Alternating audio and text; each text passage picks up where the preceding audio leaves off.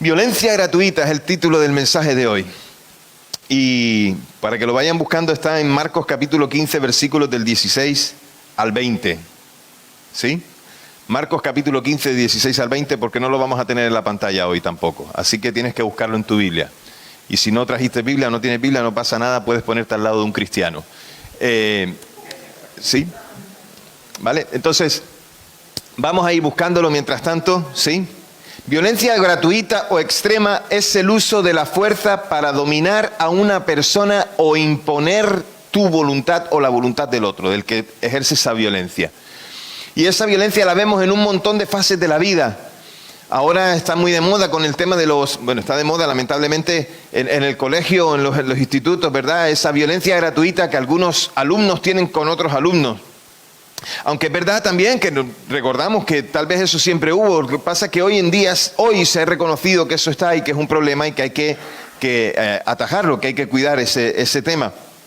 Habrás visto en tu vida en muchas ocasiones, bien por la televisión o porque lo vistes en primera persona, algunas de esas acciones realizadas con violencia gratuita por varias personas, incluso algunas que estaban en situación de indefensión. Un tipo de violencia gratuita es aquella que se realiza a una persona que no se puede defender o que está en inferioridad numérica. Porque violencia gratuita es aquella que ejercen los que yo digo que son unos cobardes que a lo mejor enfrentándose de uno a uno no lo harían, pero como están apoyados por otros, hacen o tienen violencia o abusan de aquel que no tiene una manera de defenderse para imponer, como decía, para imponer algo. Aquí se nos habrán revuelto las tripas muchas veces viendo esas imágenes de cuando esto sucedía y cuando lo hemos visto, entonces nosotros hemos dicho, bueno, eso es qué injusto es esa violencia gratuita. Pero también en muchas ocasiones que no pudimos hacer nada y en otras tal vez valientemente lo hemos impedido, lo hemos hecho y entonces hemos ayudado a aquella persona. Jesús, vamos a ver en el texto que vamos a leer, Jesús sufrió violencia gratuita. No se defendió, ni buscó la manera de hacerlo, porque podía haber buscado a alguien que le defendiera en aquel momento. Podía haber pedido a su Padre que estaba en los cielos que enviara una legión de ángeles para que, bueno, con uno hubiera bastado para derrotar a todos aquellos. Pero podía haber pedido, Padre, ayúdame en este momento, no me dejes pasar por este momento, pero no pidió ayuda. Él sabía que tenía que pasar ese momento, él sabía que tenía que pasar ese trago, porque era imprescindible para la salvación de la humanidad. Él fue allí por obediencia al Padre y por amor a nosotros. Si no lo hubiera hecho, nosotros hoy no estaríamos hablando de esta salvación tan grande. No se defendió, no buscó quien le defendiera, afrontó aquel momento solo porque sabía que era parte de lo que padecería antes de ir a la cruz, antes de morir. Sufrió el castigo, los azotes, la burla, la violencia gratuita. Sufrió la cruz como si fuera un maldito, como si fuera un culpable, y lo hizo por amor a cada uno de nosotros. Y hoy sabemos que aquel sacrificio era porque ocupó el lugar que a nosotros nos correspondía. Vamos a leer el pasaje y así nos ponemos todos en situación para que entendamos. La semana pasada vimos el juicio que se le hizo a Jesús, que no era un juicio, sino simplemente un interrogatorio en el cual ya la acusaron directamente, en Marcos capítulo 15, del 1 al 15. Hoy vamos a leer en Marcos capítulo 15, los versículos siguientes, qué es lo que sucede después.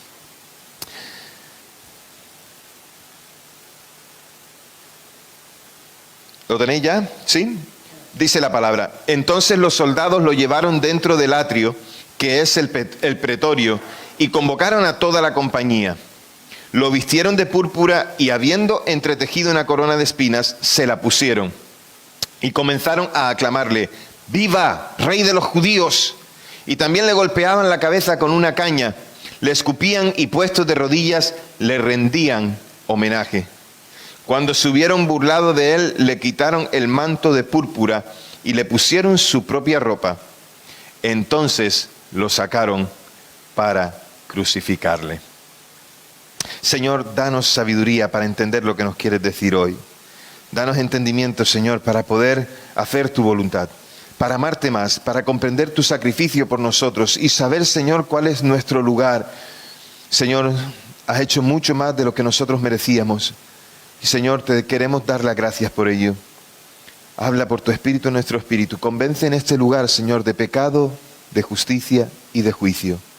Te lo pedimos en el nombre de Jesús. Amén y amén.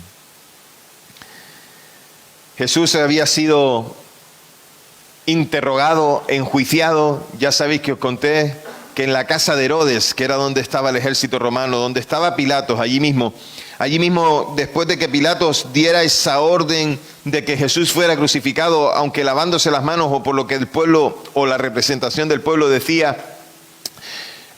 Pilato mandó que fuera crucificado, claro está, y entonces lo llevaron al atrio de dentro. Aquí hay algo que me gustaría que entendiéramos y que muchas veces he contado o que he explicado acerca del ejército romano. El ejército romano tenía fama de ser un ejército invencible. Uno de los éxitos del Imperio Romano tenía que ver con todo lo que habían heredado de la política, la cultura, aquella democracia de los griegos y demás. Pero uno de los éxitos del Imperio Romano tenía que ver con su poder o su fuerza para conquistar, para vencer en todas aquellas batallas, guerras, conquistas que habían realizado. Ellos tenían fama de ser un ejército indestructible y por ello ese imperio duró tantos siglos y por eso se esparció y se extendió por todos los lugares. El problema de aquel imperio no estuvo en sus soldados que siempre estaban dispuestos. El problema de aquel imperio fue la cabeza o los que dirigían aquel imperio, que su egoísmo y sus corruptelas entre ellos mismos les hizo fracasar.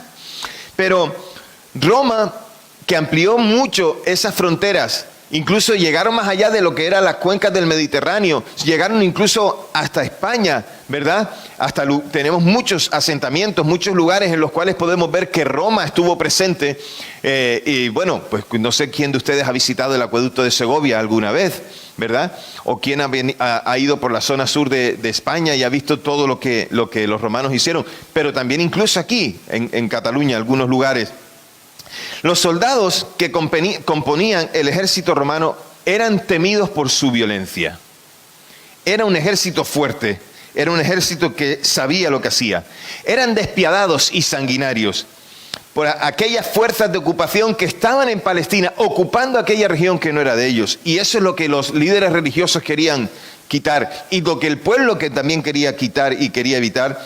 Aquellas fuerzas de ocupación eran temidas en toda Palestina por su crueldad y su opresión. No tenían temor absolutamente de nada. Habían visto batallas en las que había corrido sangre de todas las maneras posibles o que pudiéramos imaginar. Y estos soldados que pertenecen a ese ejército son los que tratan a Jesús de aquella manera en la que acabamos de leer. El ritual romano de la ejecución estaba ya establecido. El juez decía: Illum duci ad crucem placet. La sentencia es que este hombre sea conducido a la cruz, a morir. Y esto, entonces se volvía a la guardia y les decía: vayan y preparen la cruz. Y entonces iban y preparaban la cruz. Y este momento en el que fueron a preparar la cruz y hasta que la prepararon, era el momento en el que los soldados entraron dentro con Jesús y estuvieron con él y ejercieron esa violencia gratuita. Estuvo en manos de los soldados e hicieron con él lo que quisieron. Haremos bien en recordar que Jesús ya había padecido el tormento de los azotes antes de que se burlaran de él y lo violentaran. Bien puede ser que de todo lo que sucedió, esto fuera lo que menos daño le hacía a Jesús, que se burlaran de él. El daño físico que le habían infligido con los azotes era ya inmenso. Que le maltrataran o que se burlaran de él era algo más que tenía que soportar. Pero Jesús siempre desde la voluntad propia por nosotros, por amor a ti y por amor a mí. Las intervenciones de los judíos habían sido llenas y estaban llenas de odio. El resentimiento de Pilato había sido una evasión cobarde de su propia responsabilidad. Había crueldad en la acción de los soldados, pero posiblemente era un momento más con otro crucificado o con otro que iba a ser crucificado. Posiblemente la malicia de aquellos soldados era, bueno, uno más que ha sido condenado, algo habrá hecho mal, vamos a entretenernos un poco. Habían pocos entretenimientos en aquella época. Así que cualquier cosa que pudiera hacer, hacer pasar el tiempo y sacar una sonrisa, y una sonrisa malévola, es lo que consiguieron aquellos soldados con Jesús. Así que para ellos Jesús no era más que un reo, un preso que iba a la cruz, y llevaron a cabo todo aquel circo, aquella pantomima con Jesús, de hacerle su homenaje, porque claro, él era el rey de los judíos, había que hacerle un homenaje, había que hacerle una adoración en el cuartel al rey. Tal vez no para hacer sufrir más al reo, sino para darle una parodia a todo aquello, para hacer una burla de aquel que decía que era un rey. Así que allí estaban. Era el principio de todas las burlas que habían de venir por Jesús en aquel día. Jesús fue desnudado para ser azotado, y los soldados le han dado puñetazos, le han arrancado la barba, le han cubierto el rostro con escupitajos, y ahora le visten mientras se burlan de él, rindiéndole con honores y con homenajes. Esa es la situación. Y entonces le cubren con una túnica roja, que era la túnica roja que se ponían los soldados romanos. Le colocan una corona hecha de espinas de un arbusto que habría por aquel lugar, y le ponen una caña en la mano. Él llevó la corona de espinas que nosotros merecíamos, para que nosotros pudiéramos llevar la corona de gloria que Él merece. Un cambio. Un cambio. La túnica del soldado representaba la púrpura imperial de aquel imperio romano. La corona de espinos era la diadema, era el reconocimiento de aquel emperador. Y la caña hace las funciones de cetro del imperio. Los soldados se están burlando de Jesús, se están mofando, están haciendo escarnios de nuestro Señor, y se arrodillan delante de Él y le hacen reverencias porque es el rey de los judíos. Y toda la burla responde al delito por el que ha sido finalmente condenado y por el que va a ser ejecutado. Pretende ser el rey de los judíos, entonces la humillación no puede ser más completa. Es el sufrimiento del Mesías de Israel, el sufrimiento del Salvador del mundo. El siervo sufriente del que ya os dije, habla el libro de Isaías. Y en el versículo 16, tal y como hemos leído, vemos ahí que entran en el pretorio. El pretorio es el término que significa literalmente la tienda de campaña del general, el lugar donde estaba la máxima autoridad de aquel ejército. Se trataba de la residencia del gobernador, y como estaban allí de paso, probablemente era ese lugar que era la fortaleza o el palacio de Herodes. La compañía o el batallón romano que estaba en Jerusalén con motivo de la Pascua estaría formada por un contingente mínimo de 200 y máximo de 600, aunque es posible que hubieran más unidades allí en aquel lugar, debido al gentío que se reunía para celebrar la Pascua. Jerusalén se llenaba de gente, estaban celebrando la Pascua, Jerusalén se llenaba de gente de todos los lugares que venían para hacer su adoración al Señor. Sin duda, se trata de una túnica roja de las usadas por los soldados romanos, una corona de espinas a la que ya hemos aludido. Hemos de entenderla como instrumento de burla. Recuerden que Jesús estaba siendo burlado. Se estaban burlando de Él. No le estaban reconociendo como rey. Se estaban burlando de Él. Todo era parte del proceso de la crucifixión propiamente dicha. Incluso le saludan, viva el rey de los judíos, como diciendo, ave César, imperator, que era el saludo con el que se reconocía al emperador. El relato de la burla y el escarnio es detallado también en los otros evangelios. Y nos comunica que también se postraban delante de él, literalmente le hacían reverencias, poniendo la rodilla en tierra. La crucifixión ya estaba a punto de comenzar.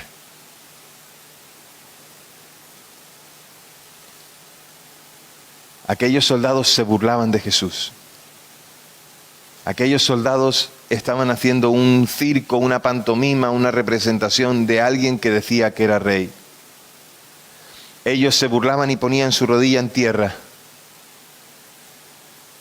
Pero Jesús los miraba recordando lo que el Padre había dicho.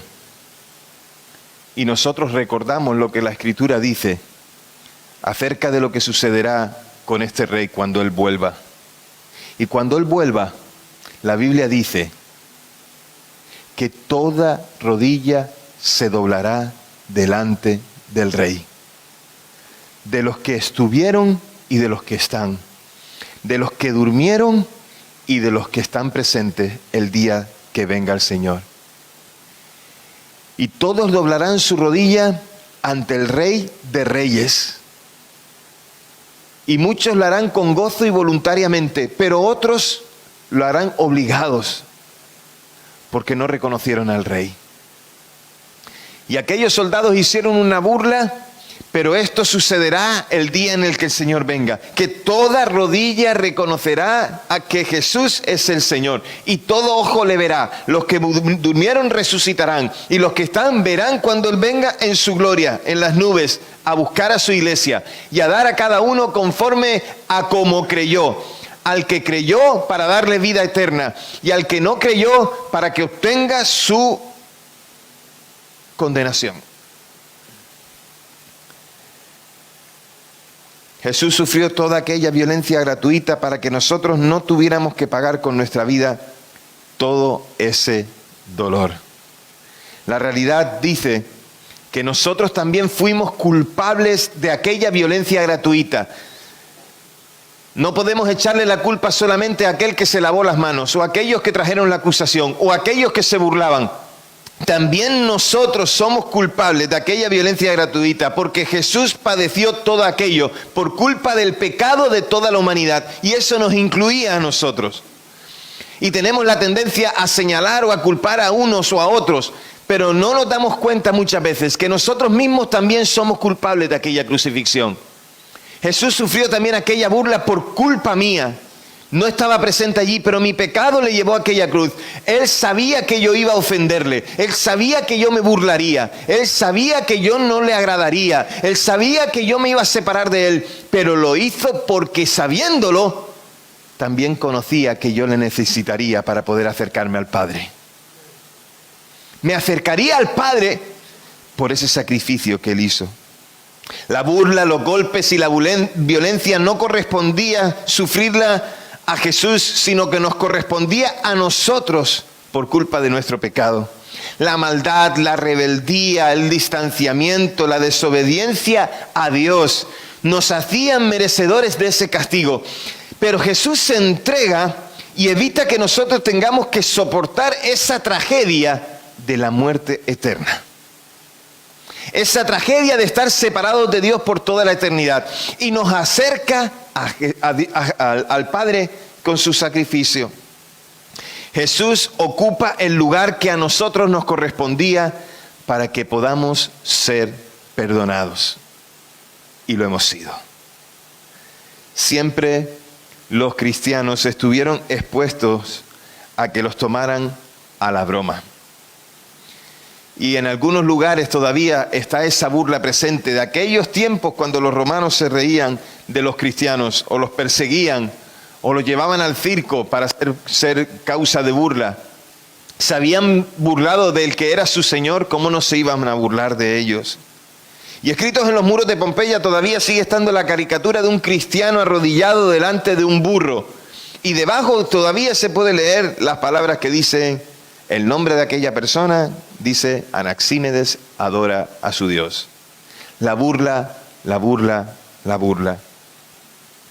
Jesús dijo que Él padecería, pero también nos dijo a nosotros que padeceríamos por causa de su nombre. Nos dijo también que padeceríamos por causa de nuestra fe en Él, y que si se habían burlado de Él, también se burlarían de nosotros. Y esto es algo que le dijo a sus discípulos. Si tenemos que sufrir a veces las burlas por ser cristianos, nos ayudará a recordar que eso fue lo que hicieron con Jesús de una manera mucho peor que lo que nos corresponde sufrir a nosotros.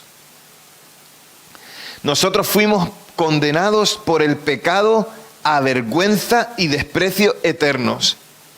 Pero Él fue llevado con los hacedores de iniquidad, aunque Él no pecó, ni en él había mancha.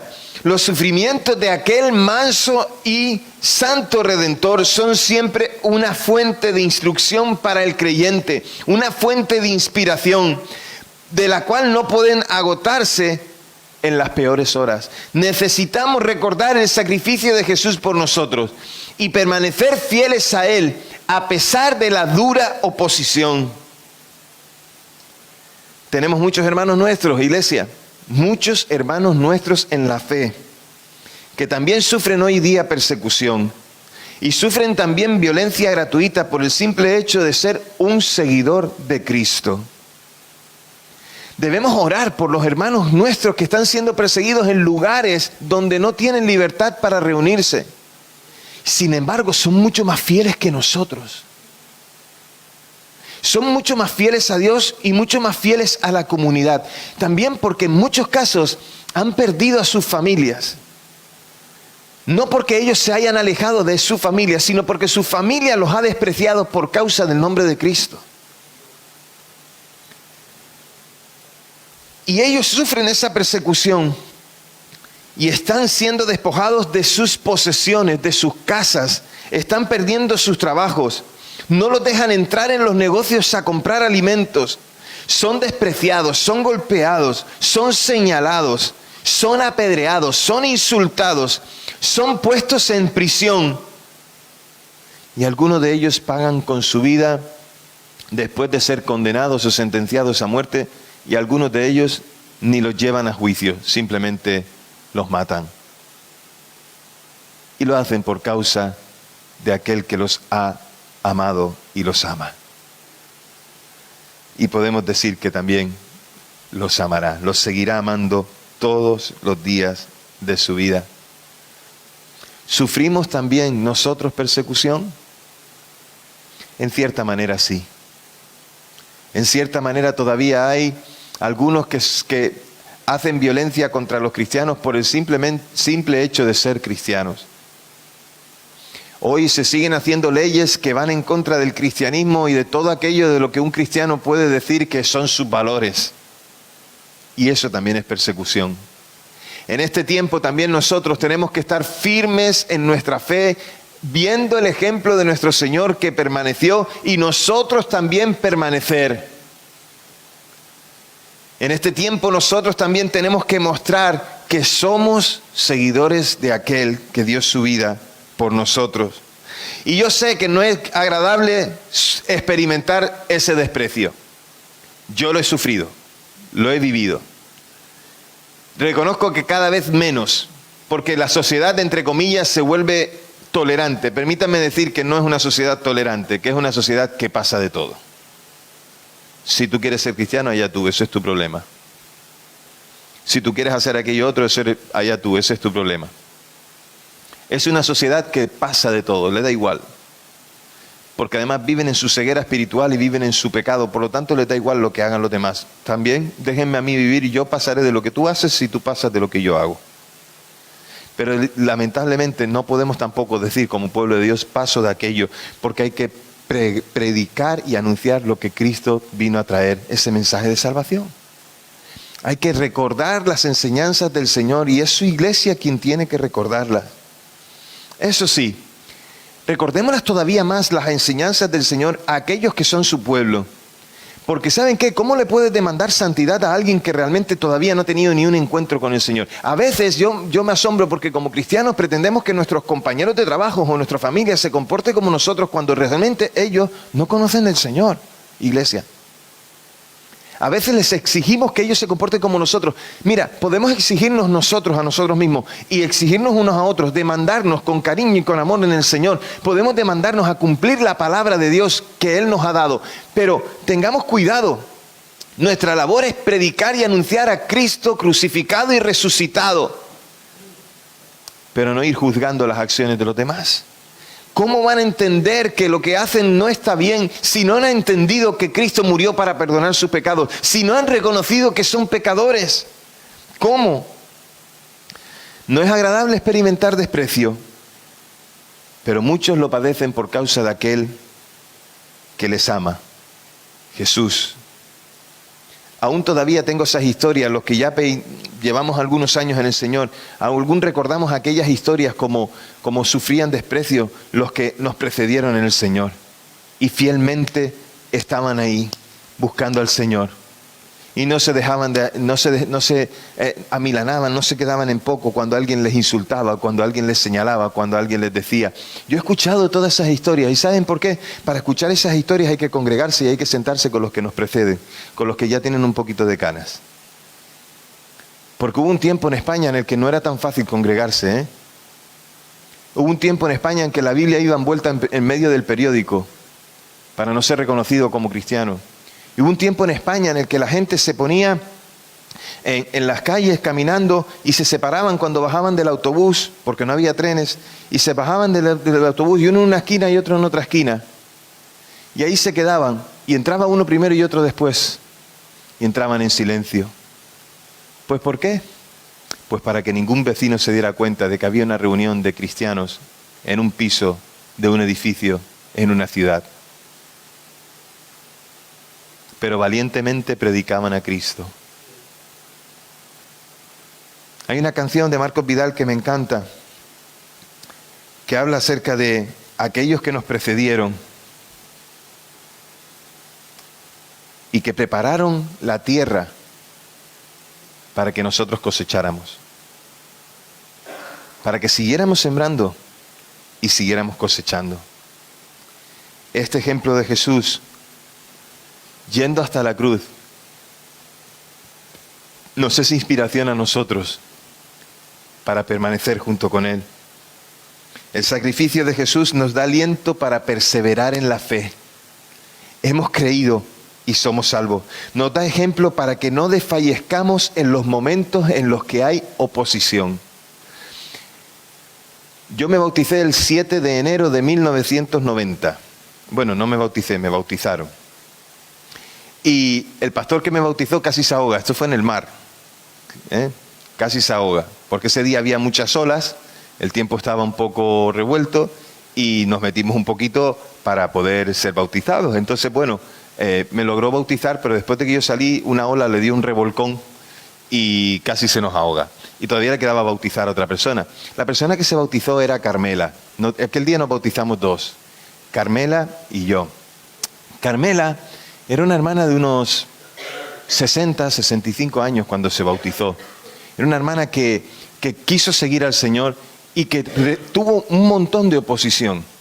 Tuvo un montón de oposición de parte de su esposo, de sus hijos, de algún entorno. Pero ella permaneció fiel. Y ella se bautizó aquel día y yo me bauticé aquel día. Y fue el comienzo de una andadura espiritual.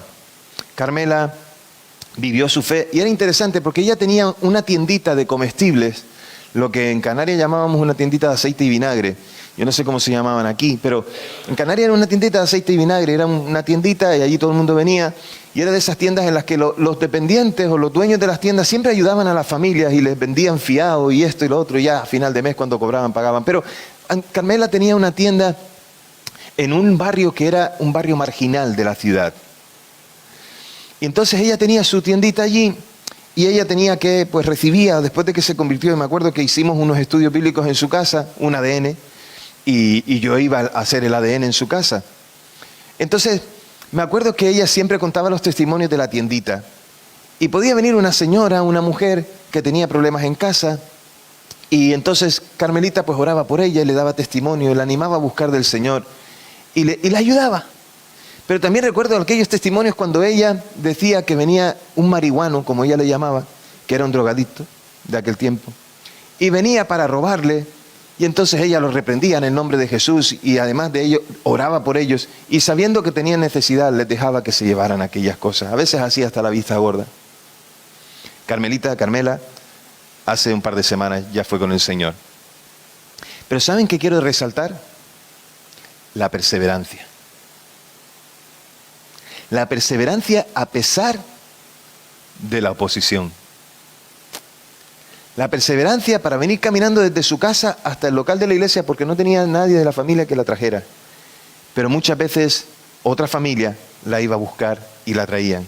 La familia que le testificó, sus cuñados.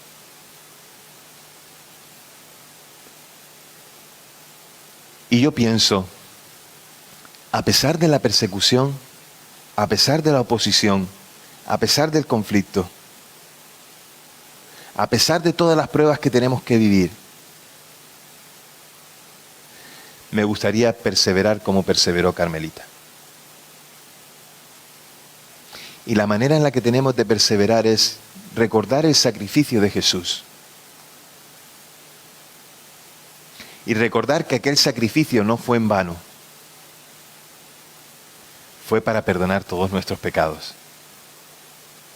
Que aquel sacrificio no se quedó solamente en un sacrificio en aquella cruz, porque Jesús fue sepultado, fue puesto en una tumba, murió.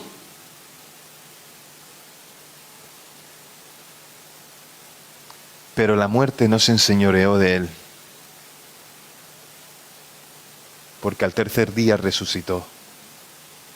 Y estuvo con sus discípulos y ascendió a los cielos y está ahora a la diestra del Padre, mirándonos a nosotros ahora aquí en este auditorio, mirándonos e intercediendo por nosotros, diciéndole al Padre, ten compasión de ellos.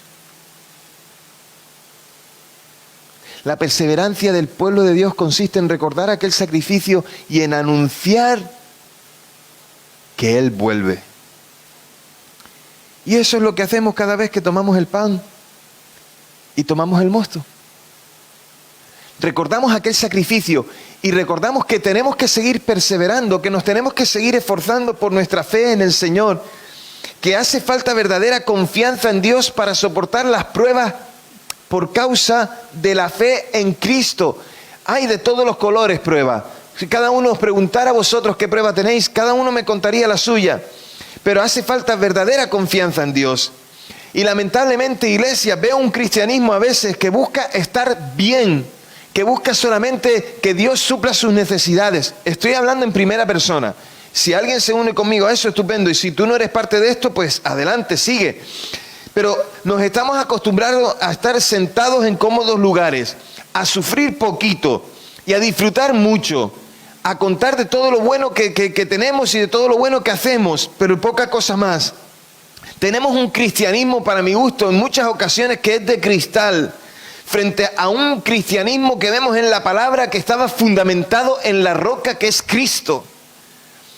Tenemos un cristianismo últimamente que es un cristianismo de niño mimado, de que se le consiente y se le da absolutamente todo, que solo abre la boca y ahí está el papá y la mamá atendiéndolo. A veces veo al cristianismo así, mí, me, mí conmigo, yo, me, mí conmigo, todo para mí. Nos hace falta más entendimiento de lo que significa seguir a Jesús. Nos hace falta entender que hay que sacrificar ciertas cosas para seguir a Jesús. Y saben, una de las cosas que valoro grandemente en este tiempo, en este lugar y con vosotros, es que veo a muchos de vosotros haciendo esos sacrificios, no por causa del nombre de la iglesia, no por causa de un hombre que sea el pastor, sino por causa de Cristo en nosotros. Me encanta ver los sacrificios que hacemos por servir al Señor, por buscar al Señor.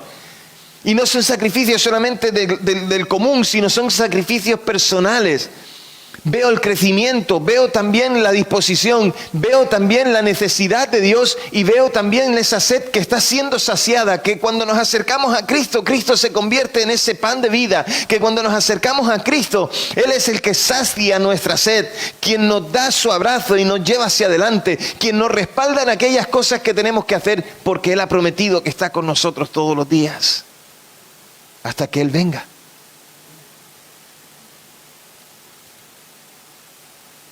Pero tenemos que alejarnos de ese cristianismo de cristal. Ese cristianismo que algunos llaman light, que en realidad no es nada, que se diluye. Necesitamos ese cristianismo de seguir al Maestro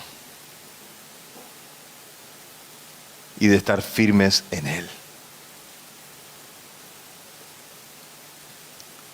Dios nos ha perdonado de toda aquella violencia gratuita. Recuerda, yo también, tú también, nosotros somos culpables.